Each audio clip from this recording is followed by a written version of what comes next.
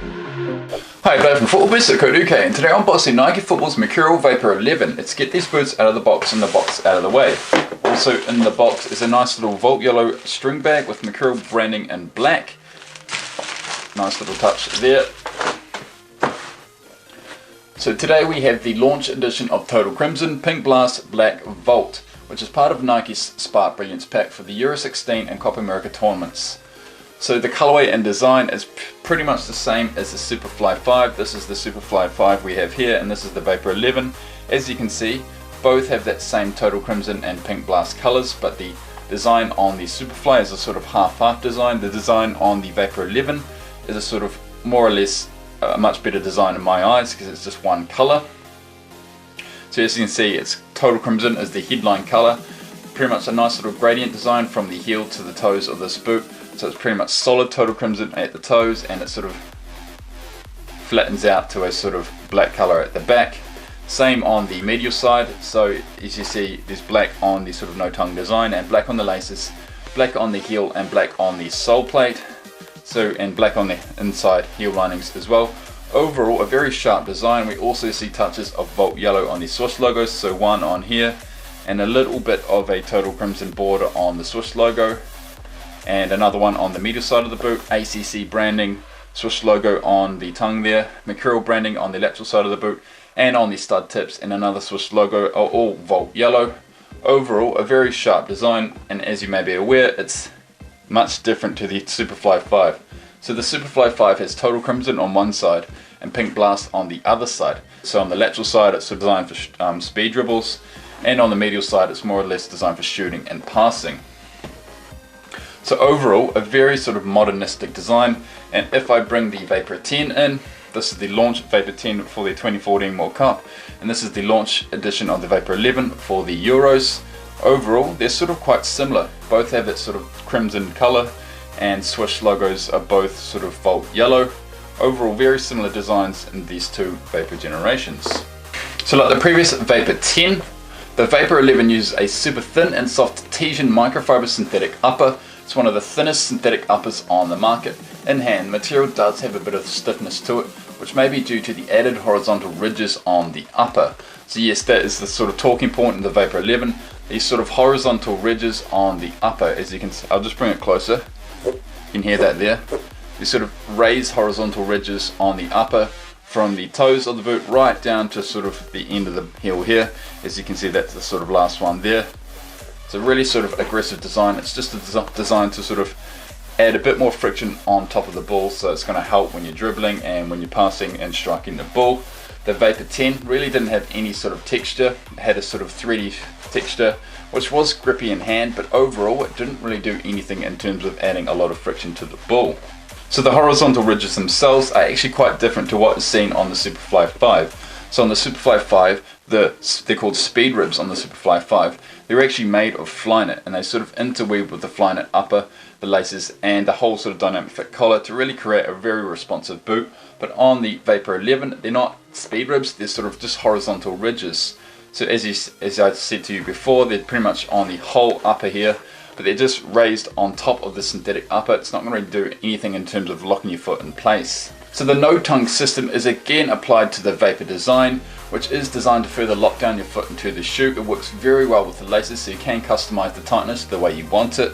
The tongue itself has a very synthetic elasticated feel to it, so it can stretch to fit almost every foot type out there. So it's pretty much the same material as we saw on the Vapor 10. The Vapor 10 was the first Mercurial Vapor to actually use this no-tongue design, and it's pretty much the same sort of material we see on the Vapor 11. So now inside the boot we don't see any sort of internal cage to aid responsiveness, the added rib texture, it's a bit of thickness and much needed support to an already lightweight and thin boot. So there's no sort of internal cage, as you sort of can see there. I don't know if you can see that, but you've just got the horizontal ridges on the outside of the boot, just for the added support. What the Vapor 10 didn't have was any sort of protection on top of the upper. It did have an internal cage. I don't know if you can see that in the right light there, but it did have an internal cage which did assist with locking down your foot in place, but it had nothing to do with protection on the outside or on top of the upper. The Vapor 11 does have sort of horizontal ridges which aids protection when you're striking the ball, as well as adding a bit of friction to the ball as well. So in terms of heel linings, again we see a synthetic leather lining running around the heel, while the rest of the boot uses a smooth suede lining for added comfort inside these boots. So it's virtually the same as we saw on the Vapor 10. Also featured on the Superfly 5 is the brand new nylon contoured Soleplate, which is designed to mirror the shape of your foot, aiding responsiveness. So the Soleplate itself has an anatomical design to it. So at some points the plate is lower and actually mirrors the shape of your foot. So as you can see here, the Soleplate is actually quite low here, it's quite high actually. It's designed to sort of support that gap you have between your and that medial side of your foot. And as you can see, you see that sort of split toe design, and you see sort of that same sort of horizontal ridges. It's more of a aesthetic thing in my eyes, this sort of ridge design. But as you can see, it's sort of higher at places, so it's going to be supportive around your toe here and around your smaller toes, and it's a much higher in the middle of the forefoot, as well as it's going to be much higher in the sort of arch of your foot there. And the heel is pretty much normal, nothing different there.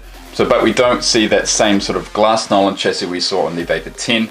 The Vapor 10 had a really sort of flexible glass nylon chassis. It was a very flat design. It was very similar to the Superfly 4's carbon fiber design. It was very flat design, but this nylon chassis is designed to sort of mirror the shape of your foot for added responsiveness and traction. And another benefit this Soleplate has over the previous nylon chassis is that it's 40% lighter than the glass nylon material seen on the Vapor 10. So in terms of studs, Nike have again used an all chevron design. The studs on the forefoot are designed for accelerating, while the studs on the heel are designed for braking. So the Soleplate and stud design as a whole will be much more responsive than the Vapor 10. So I'll bring it closer. The studs on the heel are positioned in a way to aid braking, and the studs on the forefoot are all pointing that way sort of, and it's all designed to enhance acceleration. So it's much different than what we saw on the Vapor 10. On the Vapor 10 we had that rotational traction system on the toe box there, and pretty much really sort of aggressive thin blades. And this is again another aggressive stud system. We see an all chevron design for the first time. So to aid durability, an added plastic reinforcement material has been applied around the toe box for added durability. So as you can see, there's another sort of additional synthetic material that runs between the upper and the Soleplate just to aid that sole separation. The Vapor 10 didn't have any sort of added material. It was quite prone to opening up around the toe box there. So with the Vapor 10 weighing around that 200 gram mark, the Vapor 11 will be the lighter boot of the two, weighing in around 175 to 185 grams depending on the size you have. This is because of the new Soleplate design. It's 40% lighter than the previous generation. So having worn the Superfly 5, I can say that the fit will be virtually the same in the Vapor 11. It's Nike's narrowest football boot and won't suit wide-footed footballers. Yes, I have worn the Superfly 5 and it did fit me, but it was very, very tight in the midfoot region. Virtually the same thing in the Vapor 11 because they have the same contoured Soleplate. As you can see, the last will be exactly the same. The widths are going to be virtually the same. You might have a bit more room in the Vapor 11 because it doesn't have the dynamic fit collar. So true to size will ensure a perfect fit from heel to toe. The Vapor 10 was a true to size fit, so if you want to get yourselves your own pair, you should definitely go true to size in the Vapor 11. So first impressions, I'm really a big fan of the Mercurial Vapor 11. The fit will be very comfortable, responsive and lightweight for a speed boot, and the added ridges on the upper adds a bit of thickness aiding protection, as well as providing a bit more grip on the ball, unlike what we saw on the Vapor 10, so definitely a good thing there.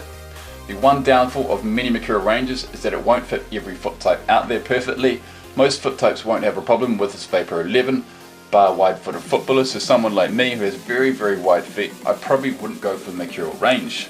So overall, is this boot really actually any better than the Vapor 10? It's actually quite close. The added ridges on the upper will aid protection and add a bit of friction to the ball, as I mentioned earlier. The same no tongue design, the same sort of heel linings. The Soleplate is another major change the Vapor 11 has over the Vapor 10, as it's going to mirror the shape of your foot for a much more responsive feel and fit. So overall, they're quite similar, but the Vapor 11 is going to be the slightly more responsive boot of the two. Virtually nothing else is different though. That is our unboxing of the Vapor 11. Thank you very much for watching. Any questions, drop it in the comment section below and we'll be happy to answer them. Would you wear the Vapor 11 or would you go for the Superfly? Please vote in our poll card now with which boot you would choose. Thank you very much for watching, and as always, we'll see you next time.